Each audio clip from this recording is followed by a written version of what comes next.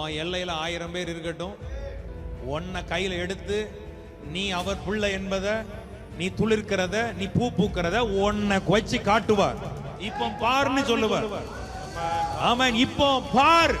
முந்தின நாள் வரைக்கும் நீனும் 10ஓட ஒண்ணா இருக்கிறத போல அடையாளமே இல்லாத மாதிரி தான் இருக்கிற மாதிரி இருந்த. ஒரே நாள் ராத்திரியில எல்லாவற்றையும் கர்த்தர் தலைகளாய் திருப்ப வல்லமையுள்ளவராய், சர்வ வல்லமையுள்ளவராய், ஒரே நாள் ராத்திரியில. ஆமென். ஒரே நாள் இரவுல, ஒரே நாள் இரவு யோசேப்பு மத்த சிறைச்சாலையில் இருக்கிறவன போல, மத்த கைதிகள் போல தான் அவன் இருந்தான்.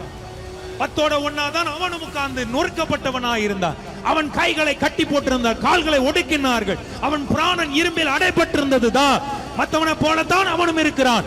ஆனால் வேதம் சொல்லுகிறது அவனோடு கர்த்தர் இருந்தார். ஒரே நாள் ராத்திரியிலே, ஒரே நாள் இரவிலே அவன் சிறையிருப்பை தலைகளாய் திருப்பி எங்க கொண்டு போய் நிறுத்தணுமோ நிறுத்தினார்.